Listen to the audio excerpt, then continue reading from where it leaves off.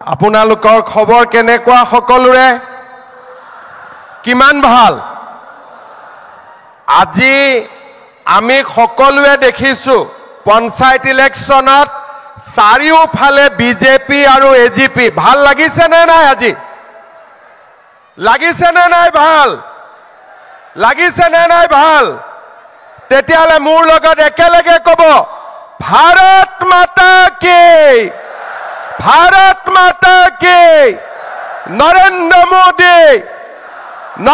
मोदी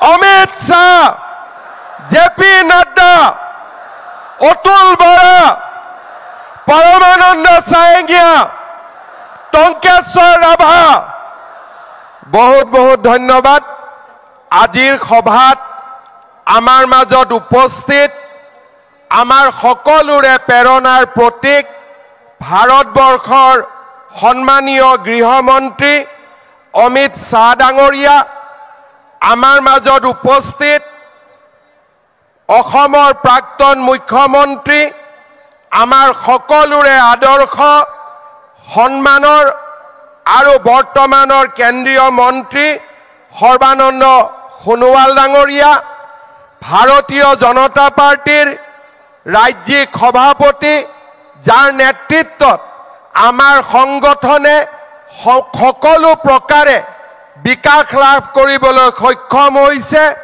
सांसद दिलीप शइकिया डांगरिया आमार माजत उपस्थित अखम गण परिषदर सभापति तथा आमार मंत्री अतुल बरा डांगरिया आमार माजत उपस्थित गणशक्ति अखमर सभापति परमानंद सायंगिया डांगरिया राभा यौथ संग्राम समितिर सभापति आरो राभा सांगर सीएम टंकेश्वर राभा डांगरिया मंत्रिसभार सदस्य सकल आरो आमार माजत उपस्थित सांसद विधायक आरो पंचायतर विभिन्न पर्यायर পৰা অহা सम्मानित प्रतिनिधिवर्ग आरो आमार कार्यकर्ता बंधु बान्धवी सकल আজি मोर बारे आरो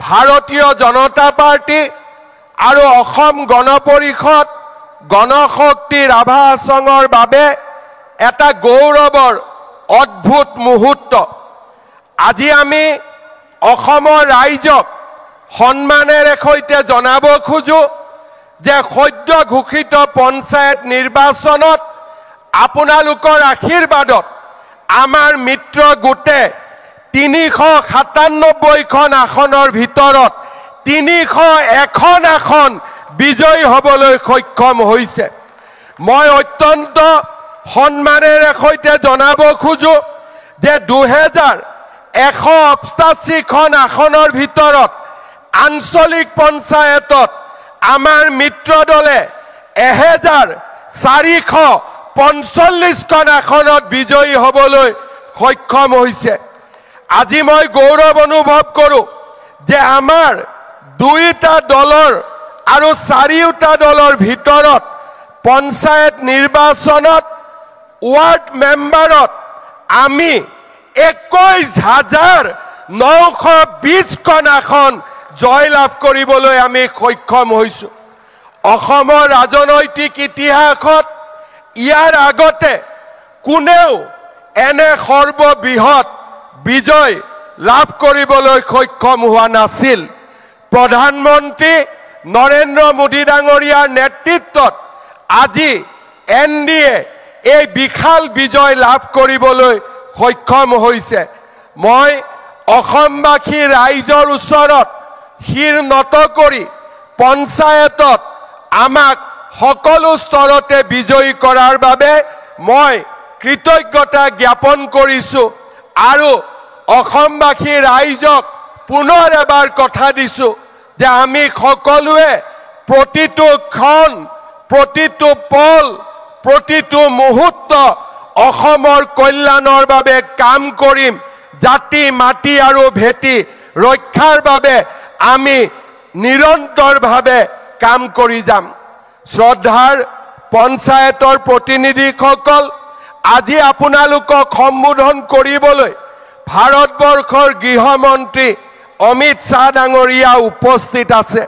তেখেতৰ নেতৃত্বত আজি আমাৰ ৰাজ্যখনলৈ ভাবিব নোৱাৰা শান্তি নামি আহিছে।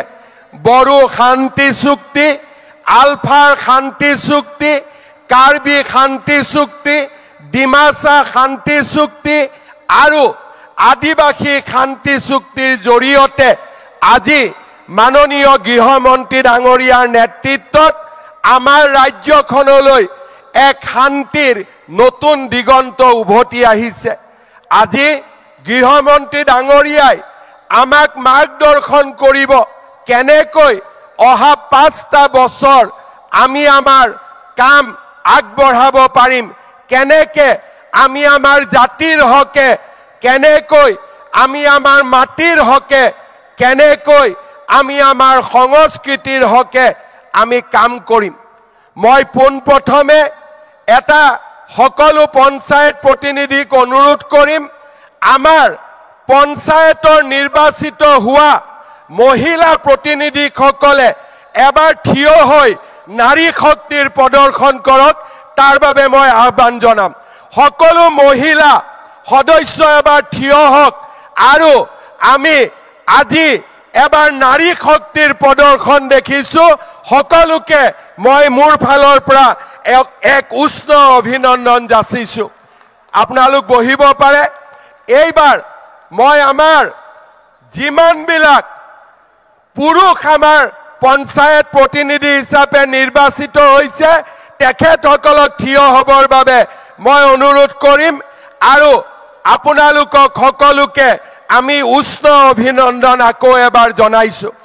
শ্ৰদ্ধাৰ ভাৰত মাতা কি, ভাৰত মাতা কি। পঞ্চায়তৰ প্ৰতিনিধিসকল, আজিৰ সভাত মই এটা কথা আপোনালোকক ক'ব বিচাৰিছো।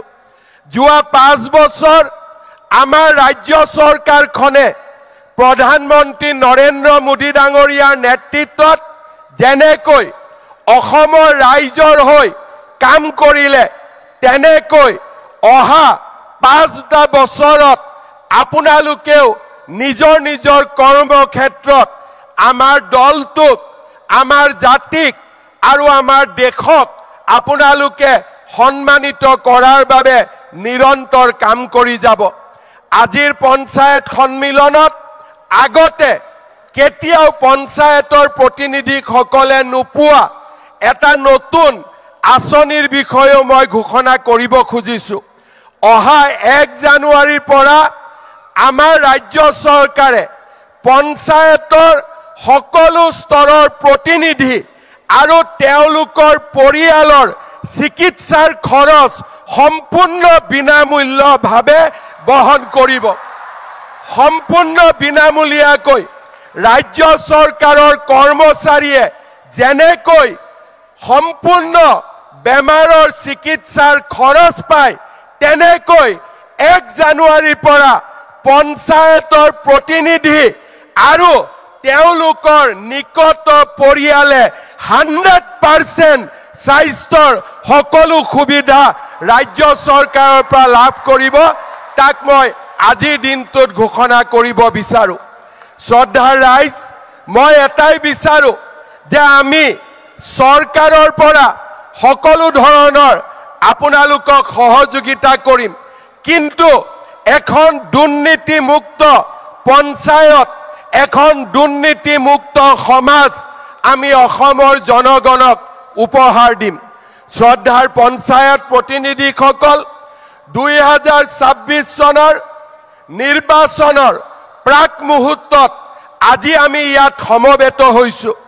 আমি নিৰ্বাচনত জয়লাভ কৰিলো। এতিয়া আমাৰ দায়িত্ব হ'ব 26 চনত আমি আমাৰ মিত্ৰ দলৰ সৈতে বিজেপিক আকৌ এবাৰ দিছপুৰলৈ উভতাই আনিব লাগিব। আনিম নে নানিম আমি? আনিম নে নানিম আমি? নৰেন্দ্ৰ মোদী ডাঙৰীয়াৰ নেতৃত্বত অসমত আমি বিধানসভাৰ ইলেকশ্যন জিকিম নে নিজিকিম? সকলোৱে আমি কাম কৰিম নে নকৰিম? আমি সকলোৱে আজি প্ৰতিজ্ঞাবদ্ধ হম আই অসমীৰ সুৰক্ষাৰ বাবে আমাৰ ৰাষ্ট্ৰৰ বিকাশৰ বাবে 2026 চনত নৰেন্দ্ৰ মোদী ডাঙৰীয়াৰ নেতৃত্বত অসমত আকৌ এবাৰ আমি বিজেপি আৰু এনডিএৰ চৰকাৰ আমি প্ৰতিষ্ঠা কৰিম আৰু সেই সংকল্প আজি আমি সকলোৱে একেলগে গ্ৰহণ কৰিম শ্ৰদ্ধাৰ ৰাইজ জাতি মাটি ভেটিৰ সংকল্পৰে 2016 চনত আমি চৰকাৰ গঠন কৰিছিলোঁ জাতি মাটিৰ সুৰক্ষা আৰু অসমৰ বিকাশে হ'ল এইখন চৰকাৰৰ মূল মন্ত্ৰ যি ধৰণে আজি প্ৰধানমন্ত্ৰী নৰেন্দ্ৰ মোদী ডাঙৰীয়াই অপাৰেশ্যন সিন্দুৰ গৃহমন্ত্ৰী অমিত শ্বাহ ডাঙৰীয়াই নক্সালবাদৰ ওপৰত এক চূড়ান্ত মাধমাৰ মাৰিছে যি ধৰণে নৰেন্দ্ৰ মোদী ডাঙৰীয়াই পাকিস্তানক উচিত শিক্ষা দিছে আমিও আমাৰ ৰাজ্যত জাতি মাটি ভেটি ৰক্ষাৰ বাবে আমি নিৰন্তৰ কাম কৰি যাম সেই সংকল্প আজি আমি পুনৰ এবাৰ ল'ব বিচাৰিছো শ্ৰদ্ধাৰ ৰাইজ চৰাইদেউ মৈদামত ইউনেস্কোৰ স্বীকৃতি অসমীয়া ভাষাক ক্লাছিকেল ল্যাঙ্গুয়েজৰ মৰ্যাদা বৰাক উপত্যকাত বঙালী ভাষাক ক্লাছিকেল ল্যাঙ্গুয়েজৰ মৰ্যাদা ভাৰতত ক্লাছিকেল ল্যাঙ্গুয়েজৰ মৰ্যাদা লাচিত বৰফুকনৰ 400তম জন্ম জয়ন্তী আমাৰ বাপতি খাহুন বিহুক বিশ্ব মঞ্চলৈ লৈ যোৱা ঝুমুৰ নৃত্যক জগত সভালৈ লৈ যোৱা এই সকলোবোৰ কাম আজি আমাৰ চৰকাৰখনৰ নেতৃত্বত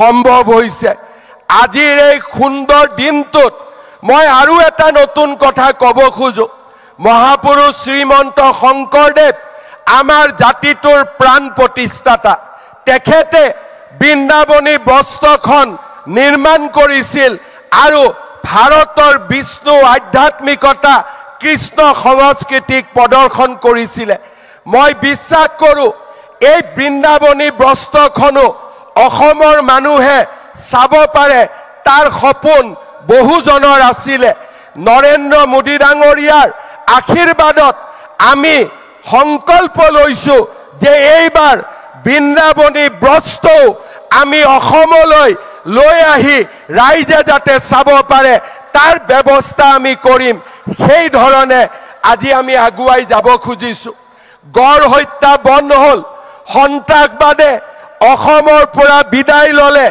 আজি এসময়ত অস্ত্ৰ শস্ত্ৰৰে জাতিৰ মুক্তিৰ সপোন দেখা যুৱকসকলে আজি কৰ্ম সংস্কৃতিৰ মাধ্যমেৰে জাতিটোৰ মুক্তিৰ সপোন দেখা আৰম্ভ কৰিলে অসমত এইমছ প্ৰতিষ্ঠা হ'ল নেশ্যনেল ফৰেনচিক সায়েন্স ইউনিভাৰ্চিটি প্ৰতিষ্ঠা হ'ল ইণ্ডিয়ান ইনষ্টিটিউট অফ মেনেজমেণ্ট প্ৰতিষ্ঠাৰ পথত আজি মোদী ডাঙৰীয়াৰ নেতৃত্বত আগবাঢ়িছে আজি নুমলীগড় গহপুৰৰ মাজত ব্ৰহ্মপুত্ৰৰ তলেদি টানেল নিৰ্মাণ কাজিৰঙাৰ ওপৰত 32 কিলোমিটাৰৰ এলিভেটেড কৰিডৰৰ দৰে আজি আমি ডাঙৰ ডাঙৰ সপোন দেখিছো আমাৰ ৰাজ্যত দুখীয়া জনৰ কাৰণে অৰুণোদয় মহিলাৰ বাবে মহিলা উদ্যমিতা আঁচনি আজি যুৱকৰ বাবে মুখ্যমন্ত্ৰীৰ আত্মনিৰ্ভৰ অসম অভিযান চাহ বাগিচাৰ মোৰ শ্ৰমিক বন্ধুসকলৰ বাবে এটিকলি দুটিপাত আজি সমগ্ৰ অসমত বিকাশৰ এক নতুন স্বপ্ন আজি আমি বাস্তৱলৈ ৰূপায়ণ কৰিছো আজি আমাৰ জাতিটো দুৰন্ত গতিত আগুৱাই গৈছে যি স্বপ্ন অসম আন্দোলনৰ সময়ত 855 জন শহীদে দেখিছিল সেই স্বপ্নক আজি আমি বাস্তৱত ৰূপায়িত কৰাৰ পথত আগবাঢ়িছো আজি ৰাতিপুৱাও আমাৰ জমিয়ত উলেমা হিন্দৰ মাদানী সাহাবে মোক ধমকি দিছে কেইদিনমান আগতে অসমলৈ আহি ৰাহুল গান্ধীয়ে মোক ধমকি দিছে মই আজি মাদানী আৰু ৰাহুল গান্ধীক এটাই কথা কব খোজো, আপোনালোকে যিমানেই মোক ধমকি দিব, অসমক আপোনালোকে যিমানেই ধমকি দিব চেষ্টা কৰিব, অসমে লাচিতৰ হেংদান আকৌ এবাৰ হাতত তুলি ল'ব আৰু আমি প্ৰমাণ কৰিম যে অসমীয়ায়ো অসমবাসীয়েও ভাৰতীয় লোকসকলে কেনেকৈ জীয়াই থাকিব লাগে আমি তাক জানো আৰু সেই সংগ্ৰামখন আমি আকৌ এবাৰ যুঁজিব খুজিছো, আমি জিকিব খুজিছো। আমাৰ এটাই কথা, চিনাকি মানুহক আমি বসুন্ধৰাৰ জৰিয়তে মাতি দিম, চিনাকি মানুহক আমি বসুন্ধৰাৰ জৰিয়তে মাতি দিম আৰু অচিনাকি মানুহৰ পৰা এক টুকুৰ মাটি কাঢ়ি ননালৈকে আমি ক্ষান্ত হৈ বহি নাথাকিম। চিনাকিক মাতি দিম, অচিনাকি মানুহৰ পৰা এক টুকুৰা মাটি কাঢ়ি নানালৈকেও আমি ক্ষান্ত হৈ বহি নাথাকিম। মই ৰাহুল গান্ধী আৰু মাদানীক চ্যালেঞ্জ কৰি ক'ব খুজিছো, সাহস আছে যদি অসমীয়াৰ লগত যুঁজি চাওক, অসমীয়াৰ লগত এইবাৰ যুঁজি চাওক। অসমীয়া জাগিছে আৰু এই জাতিটোক আপোনালোকে এতিয়া ধৰি ৰাখিব নোৱাৰে। শেষ বিন্দু বুকুৰ তেজ থাকালৈকে আমি যুঁজিম আৰু অকল আমি যুঁজিমেই, এনে নহয় আমি জিকিম। এই হৈছে আমাৰ সংকল্প। শ্ৰদ্ধা ৰাইজ, আমাৰ সন্মুখত সপোন আছে। আমি এখন আমাৰ বাবে এনে এখন অসম নিৰ্মাণ কৰিব লাগিব যিখন অসমত আমাৰ নতুন প্ৰজন্মই নিজকে নিৰাপদ অনুভৱ কৰিব। আমি এখন অসম নিৰ্মাণ কৰিব লাগিব যিখন অসমত ভাৰত মাতাৰ জয়গান সদায়ে সকলোৱে শুনিবলৈ পাব। এনে এখন অসম নিৰ্মাণ কৰিব লাগিব যিখন অসম কেতিয়াও বন্দুকৰ শব্দত নহয়, বিকাশৰ গানত ৰাতিপুৱাব।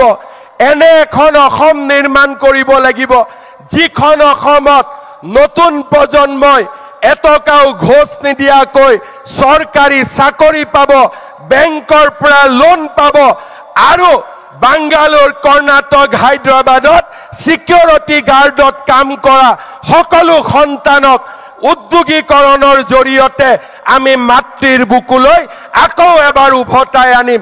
তেনে এক অসম আমি নিৰ্মাণ কৰিব লাগিব।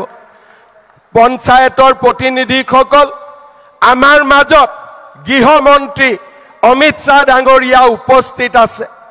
তেখেত আমাৰ বাবে প্ৰেৰণাৰ প্ৰতীক।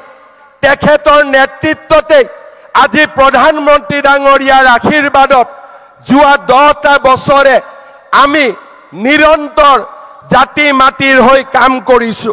মই সকলোকে আহ্বান জনাম, আপোনালোকে সকলোৱে একেলগে অমিত শ্বাহ ডাঙৰীয়াক আকৌ এবাৰ দীঘলীয়া হাত চাপৰিৰে প্ৰতিশ্ৰুতি দিয়ক যে 2026ত আমি আকৌ অসমত বিজেপি আৰু NDAৰ চৰকাৰ গঠন কৰিম। কৰিম নে নাই? কৰিম নে নাই? অমিত শ্বাহ, অমিত শ্বাহ, নৰেন্দ্ৰ মোদী, নৰেন্দ্ৰ মোদী, ভাৰত মাতা কি জয়, জয় অসম। শ্ৰদ্ধাৰ পঞ্চায়তৰ প্ৰতিনিধিসকল, আমি এটাই সংকল্প ল'ম যে আমাৰ অসমীয়াই, আমাৰ ভাৰতীয়াই এই উত্তৰ পূৰ্বত সদায়ে যাতে সুৰক্ষিত হৈ থাকিব পাৰে। চিনাকিক মাতি দিম, অচিনাকিৰ পৰা মাটি কাঢ়ি ল'ম।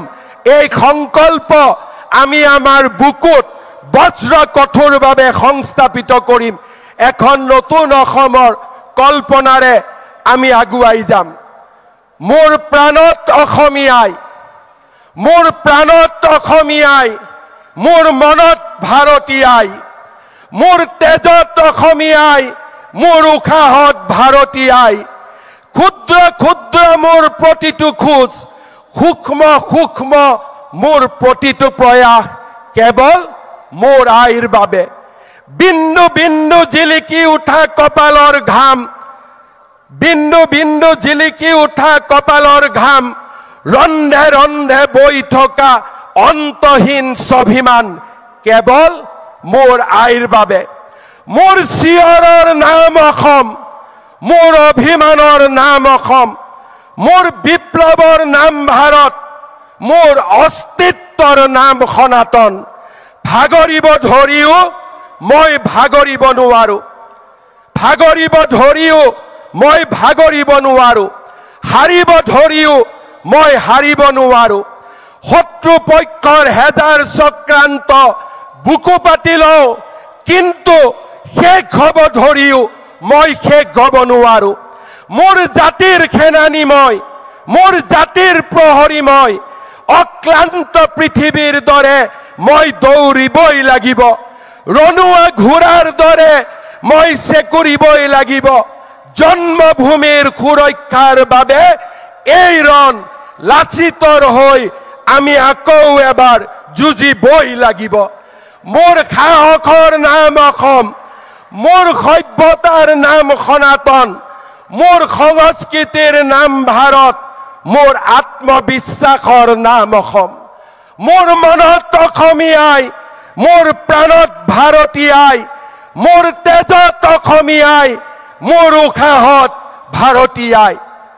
সকলোকে এনে সংকল্পৰে আগুৱাই যাবলৈ পুনৰ এবাৰ অনুৰোধ কৰিলো। জয় হিন্দ, বন্দে মাতৰম, ভাৰত মাতা কি জয়।